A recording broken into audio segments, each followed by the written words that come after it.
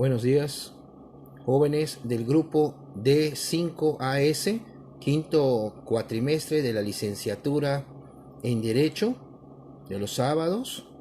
Esta clase de Derecho Civil 4, correspondiente al 25 de julio de 2020. El tema que vamos a tratar, los temas, mejor dicho, son 5 contratos que les voy a explicar de manera resumida. El material ya está en plataforma. Vamos a ver los contratos de prestación de servicios profesionales, que es muy común en el litigio, cuando vas a brindar algún servicio a un cliente, para dejar de antemano cuáles van a ser los derechos y obligaciones de cada una de las partes respecto al servicio profesional que vas a brindar o a prestar. Tenemos también el contrato de obra a precio alzado, el tercer contrato de transporte, de hospedaje y de asociación. Damos inicio entonces a este resumen de los 5 contratos. En el material está especificado cada uno y está incluso el fundamento legal de los mismos. El primero, el contrato de prestación de servicios profesionales.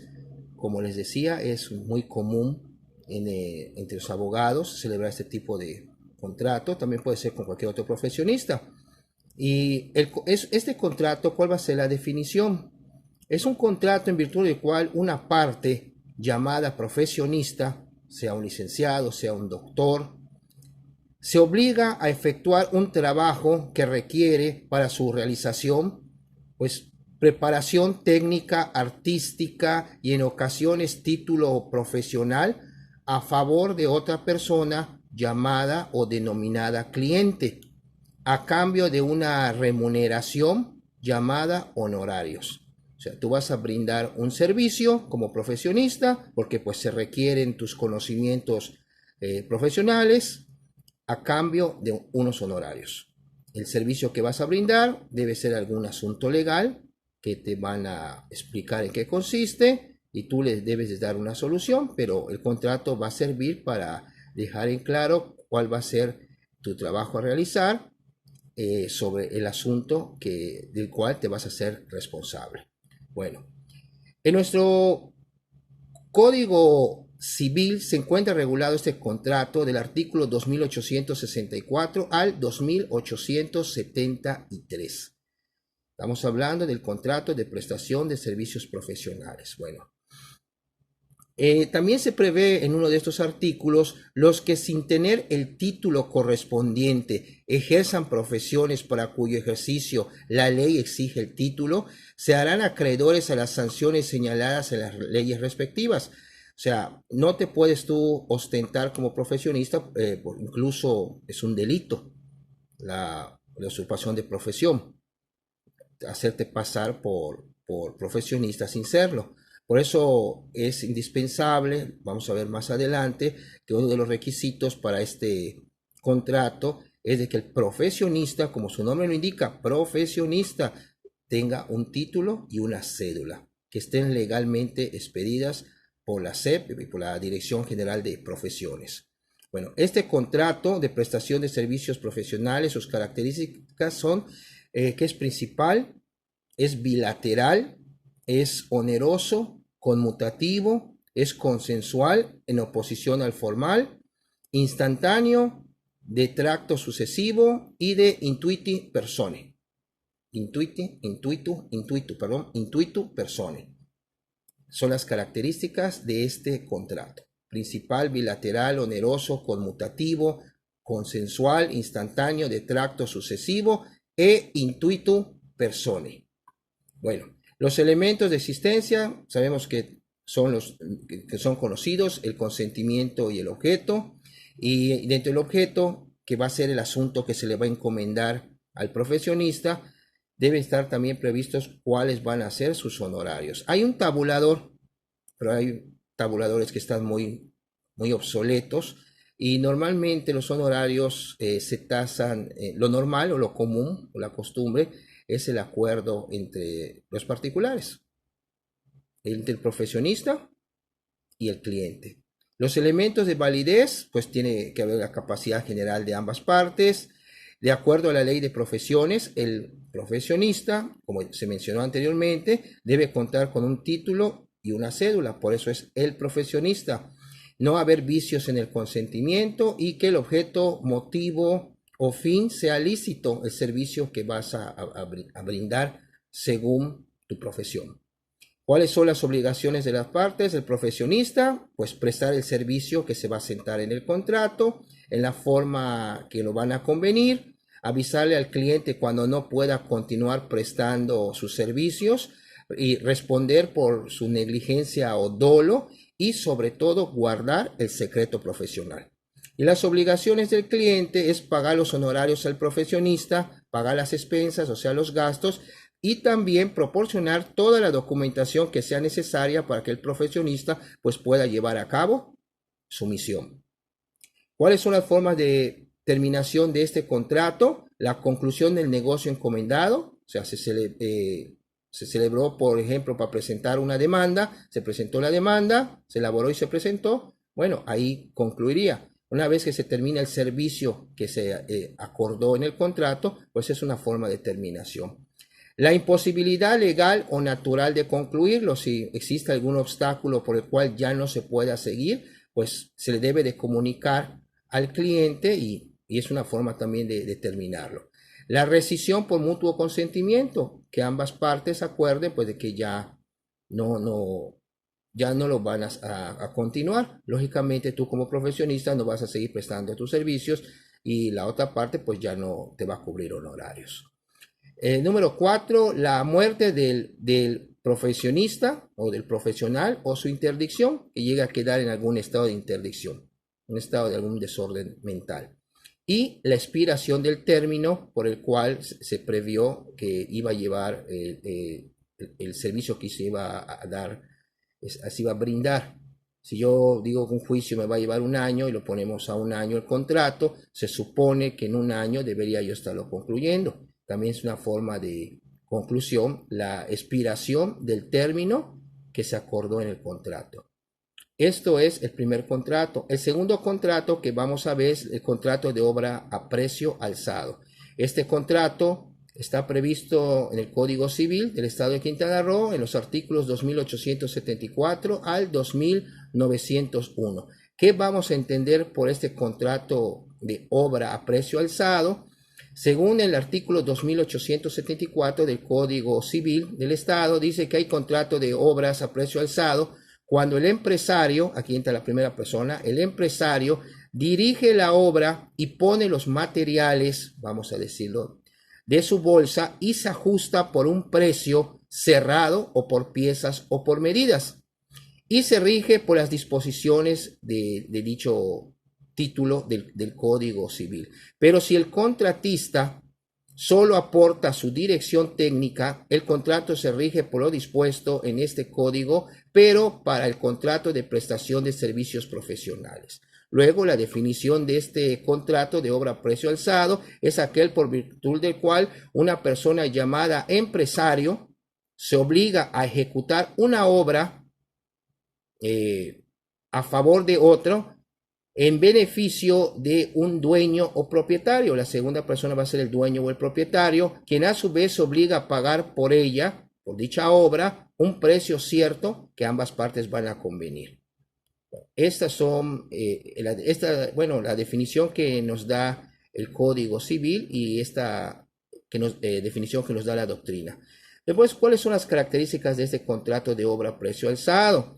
Es un contrato bilateral, es oneroso y además es un contrato formal. ¿Cuáles son sus elementos de existencia? Tenemos el consentimiento y tenemos el objeto. Y los elementos de validez: se requiere una capacidad general y existen para su celebración libertad de formalidades. Pero, ojo, si es obra de cosas inmuebles, se tiene que otorgar en el contrato por escrito, si se basa la obra en un inmueble, incluyéndose en él una descripción pormenorizada y en los casos que requieran un plano, un diseño o presupuesto de la obra.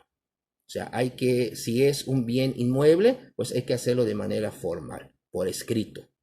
¿Cuáles son las obligaciones del empresario, que es la primera persona? Ejecutar la obra, entregar la obra y responder por los riesgos y los vicios que pudieran existir en la obra una vez que se entrega. No sé que puede haber vicios ocultos, pero también son vicios hasta cierto punto dolosos. Por ejemplo, usar cemento de muy baja calidad, pero en el contrato estipulaste que ibas a usar determinado tipo de cemento de cierta calidad. Y esa calidad más baja, pues lógicamente afecta a la obra, es un vicio y también podía producir a la larga una negligencia que puede tener responsabilidad penal por algún desplome de alguna parte de la obra donde pueda causar daños o algún fallecimiento de alguien que esté utilizando el inmueble. Bueno, ¿cuáles son las obligaciones del dueño? El dueño o el propietario es pagar, antes que nada, el precio que se haya convenido. Recibir la obra, la cosa, una vez que ya se realizó la obra. ¿Y cómo termina este tipo de contratos? Bueno, por terminación y entrega de la obra, o sea, de la cosa, el inmueble ya se entrega si se iba a construir un cuarto, 2 cuartos, 3 cuartos, una sala, esas azoteas que están modernas, que se llama en el roof, que viene siendo donde puede uno tomar el sol. Hay algunos que hasta piscina ponen en la parte de arriba, pero otra forma de terminación de este contrato es por decisión del dueño, que diga, aquí se acabó, ya no se va a continuar con la obra, habría que pagar las cantidades que estuvieran pendientes. La tercera, por decisión de cualquiera de las partes que quiera darlo por rescindido, y por fallecimiento del empresario. Esas serían las 4 causas de terminación de este contrato. Bueno, pasamos al tercer contrato, que es el de transporte. Cuando oímos hablar la palabra transporte, vamos a tomar en cuenta algún tipo medio de vehicular que nos va a llevar de un lado a otro. Este contrato se encuentra regulado del artículo 2902 al 2910 del Código Civil del Estado de Quintana Roo en vigor. ¿Cuál es la definición de este contrato? Es un contrato, el de transporte, en virtud del cual una persona, ya sea física o jurídica, física o moral, se obliga a trasladar de un lugar a otro, ya sea por tierra, mar, canales, lagos o ríos navegables o por aire, pasajeros o mercaderías ajenas, y entregar estas a la persona a quien vayan dirigidas a cambio de una contraprestación económica. O sea, van a transportar y a cambio de ese transporte de persona o mercaderías van a tener una retribución económica. ¿Qué características tiene este contrato? Es verbal. En general se materializa con una carta que se le llama carta de porte, cuya emisión no es obligatoria. Una vez extendida, representa el título legal del contrato. Tiene una utilidad probatoria trascendente. Las partes en este contrato pueden exigirse mutuamente esta carta de porte. El contrato de transporte regula la responsabilidad que tiene el transportista, los plazos que hay para reclamar los daños tanto aparentes como ocultos que pudieran surgir, los plazos de prescripción de las reclamaciones y las respectivas indemnizaciones en caso de que pudiera ocurrir algún daño en perjuicio de alguna de las personas. ¿Cuáles son sus características de este contrato? Es nominado, es bilateral, consensual, oneroso, es conmutativo, principal y de resultado. No exige pactar los medios concretos para obtener el resultado deseado. Se va a estipular qué se va a llevar, en qué cantidad se va a llevar, a quién se tiene que entregar también. ¿Cuáles son los derechos y obligaciones primero del cargador? Las obligaciones del cargador es entregar las mercaderías al porteador, o sea, que las debe de recibir, suministrar los documentos necesarios para el transporte de las mismas, o sea, de las mercancías, o bien identificaciones que se requieran de las personas que van a transportar, pagar el porte o flete convenido, si se ha contratado a porte pagado, y el seguro por parte del contratista. Debe prevalecer un seguro por lo que se está transportando en caso de que pudiera haber algún caso fortuito, o sea, no sabemos si se va a transportar por mar, que pudiera haber alguna tempestad y se pueda perder la mercancía. ¿Cuáles son los derechos del cargador? Tiene el derecho a la ejecución de la prestación convenida, tiene el derecho a dejar sin efecto el contrato y tiene un derecho de preferencia. Y las obligaciones del porteador es realizar el porte, o sea, lo que es el flete, custodiar y conservar la carga, entregar la carga al consignatario. El consignatario es el que lo va a recibir. Desde que se celebra el contrato, se tiene que establecer a quién se le va a entregar. El derecho del porteador es el cobro del porte o el flete que se haya convenido. Y las obligaciones del consignatario o destinatario está otorgar el recibo de las mercaderías transportadas y pagar al porteador el porte o flete y los gastos en que se hayan incurrido.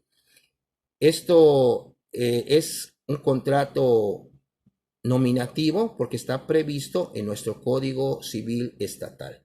Después tenemos el siguiente contrato, el número 4, que es el contrato de hospedaje. Vamos a tomar la idea de cuando llegamos a un hotel y nos vamos a hospedar. Es también otro contrato nominativo porque está previsto en el Código Civil del Estado de Quintana Roo del artículo 2911 al 2915. Y nos da la definición que hay contrato de hospedaje cuando alguno presta a otro albergue, o sea, es el hospedaje, mediante la retribución convenida, comprendiéndose o no, según se estipule, los alimentos, el lavado, planchado de ropa y demás gastos que origine el hospedaje. Este contrato es consensual y es oneroso, son sus características principales.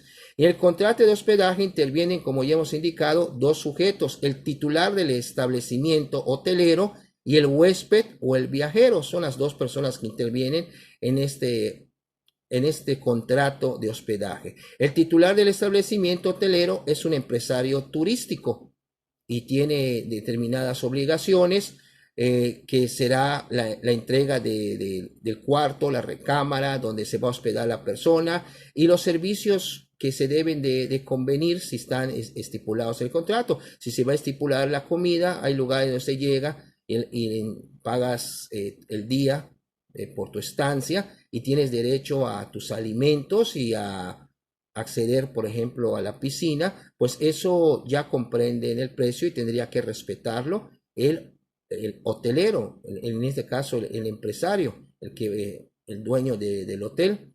Y la segunda persona que estábamos mencionando es el huésped y el viajero, y su obligación básica es pagar el precio que se le está cobrando por el hospedaje. Lógicamente tiene que conservar las cosas que están dentro de la recámara que se le están dando en lugares que, bueno, te dan un frigobar, te dan una cocineta, te dan algunos utensilios. Todo eso se debe de dejar. Hay personas que, digo, eso es bien sabido, que cuando se quitan del hotel se llevan algunas cosas como souvenir, pero eso está mal, porque eso no se debe tocar nada una vez que te retiras.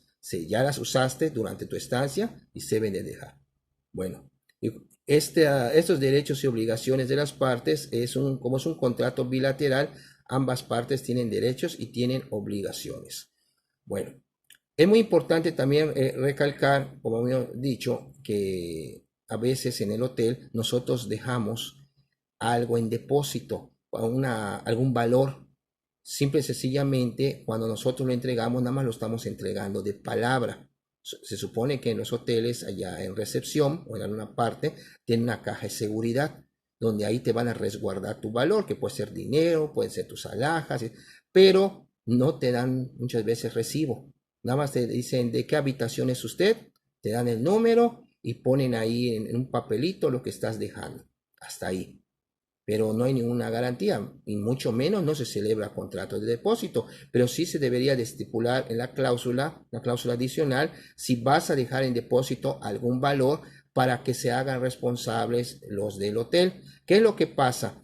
Cuando lo dejas en el cuarto, en muchos casos hemos leído en el periódico que se roban algo de valor o alguna cosa de los huéspedes, y le echan la culpa al personal de limpieza. Pero sí es cierto, el personal de limpieza tiene el duplicado de la llave cuando no están ocupando la recámara, que salieron, por ejemplo, a la playa o a algún lugar y dejan el cuarto solo y lo entran a limpiar. Después se dan cuenta que se llevaron tal cosa. Tú vas a reclamar, pero ¿cómo acreditas que lo tenías?